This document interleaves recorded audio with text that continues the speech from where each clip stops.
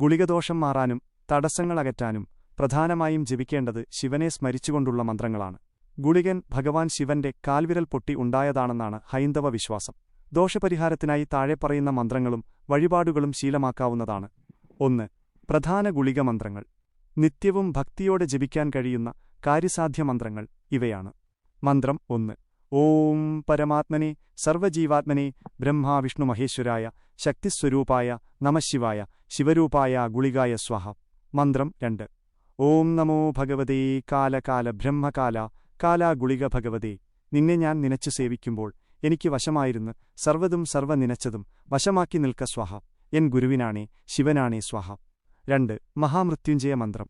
കാലന്റെ Yemen പ്രതിരൂപമായി ഗുളികനെ കണക്കാക്കുന്നതിനാൽ ദോഷം തീർക്കാൻ ഏറ്റവും മികച്ച പരിഹാരം മൃത്യുഞ്ജയ മന്ത്രം ജപിക്കുന്നതാണ്. ഇത് നിത്യവും 108 തവണ ജപിക്കുന്നത് ഉത്തമമാണ്.